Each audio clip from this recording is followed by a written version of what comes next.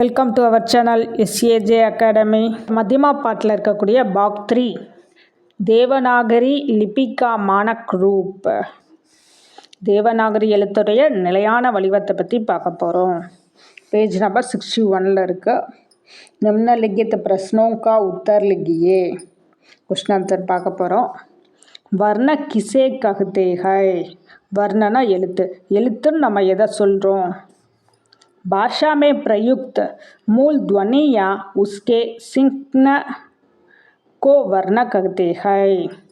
பாஷானா மொழி, மொழியை பயன்படுத்தும் ஒலி அல்லது அதன் குறியீட்டை தான் நம்ம எழுத்துன்னு சொல்கிறோம். செகண்ட் ஒன், कथित या लिखित भाषा का मूल आधार क्या है. பேசும் அல்லது எழுத்து மொழியோட அடிப்படை ஆதாரம் என்ன? कथित या लिखित भाषा का मूल आधार ध्वनि है.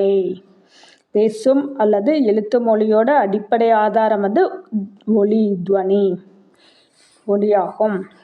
லிபி கிஸ்ஸே कहते हैं. எழுத்துன்னு நம்ம எதை சொல்கிறோம்? ध्वनियों को लिखने के लिए जिन चिह्नों का प्रयोग किया जाता है उसे लिपि कहते हैं.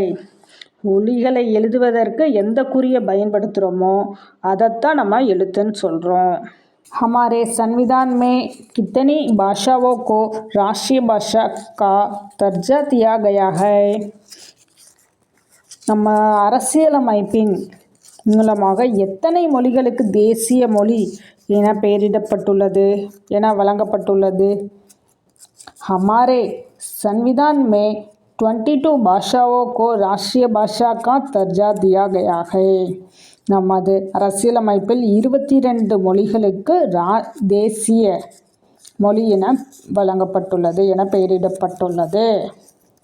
हिंदी वर्णमाला में कितने स्वर और व्यंजन है. ஹிந்தி வர்ணமாலாவில் ஹிந்தி எழுத்துக்களில் எத்தனை எழுத்துக்கள் ஸ்வர், ஸ்வர்ண வவல்ஸ் மற்றும் வியஞ்சன் கான்சோனன்ட்ஸ் இருக்கிறது. हिंदी वर्णमाला में 11 स्वर और 33 व्यंजन है. 11 வவல்ஸ் எழுத்துக்களும் 33 கான்சோனன்ட்ஸ் எழுத்துக்களும் இருக்கின்றன. स्वरों का प्रयोग कैसे होता है. உயிரெழுத்துக்களின் பயன்பாடு எப்படி இருக்கிறது, எவ்வாறு இருக்கிறது? स्वरों का प्रयोग स्वतंत्र रूप से होता है. உயிரெழுத்துக்களின் பயன்பாடு சுதந்திரமாக இருக்கிறது. व्यंजन किसे कहते हैं. எழுத்துக்கள் என்று எதை கூறுகிறோம்?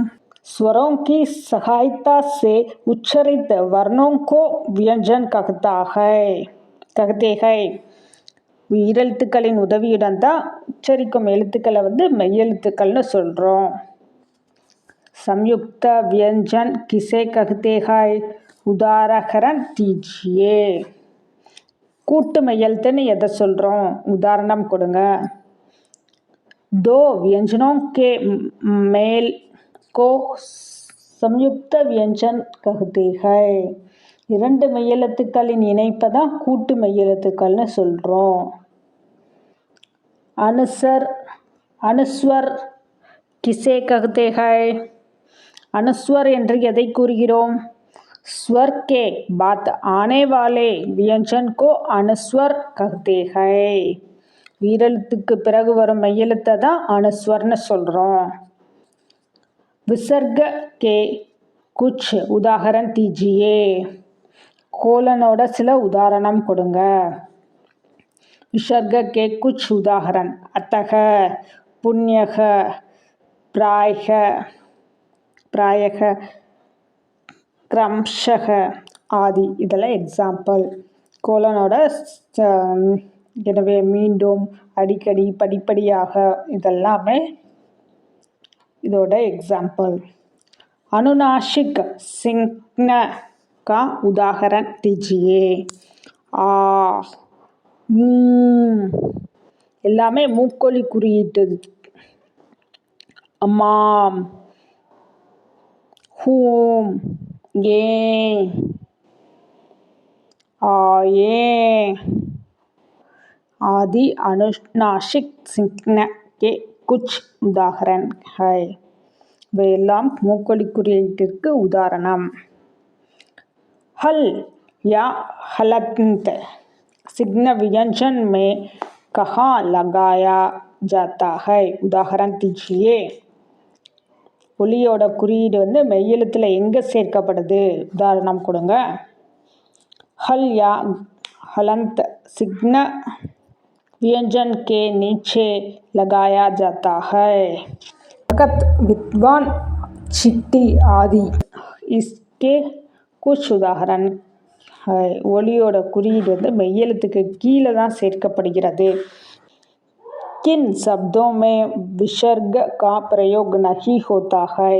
எந்த சொற்களில் விசர்க பயன்படுத்துவதில்லை? संभव तथा देशी शब्दों में विसर्ग का प्रयोग नहीं होता है. வடமொழி மற்றும் உள்நாட்டு சொற்களில் விசர்க பயன்படுத்துவதில்லை. हिंदी अंकों का देवनागरी रूप लिखिए. ஹிந்தி எண்களின் தேவநாகரி வடிவம் எழுதணும். அவங்க கொடுத்துருக்க அந்த இதில் தேவநாகரி வடிவம் எழுதுகிறோம். देवनागरी अंकों का अंतर्राष्ट्रीय रूप लिखिए. 1 2 3 4 5 6 0 வரைக்கும் கொடுத்துருக்காங்களா. தேவநாகரி எண்களின் சர்வதேச வடிவம் எழுதணும். அந்த லெட்டர்ஸ் தேவநாகரியோட லெட்டர்ஸ் எழுதணும்.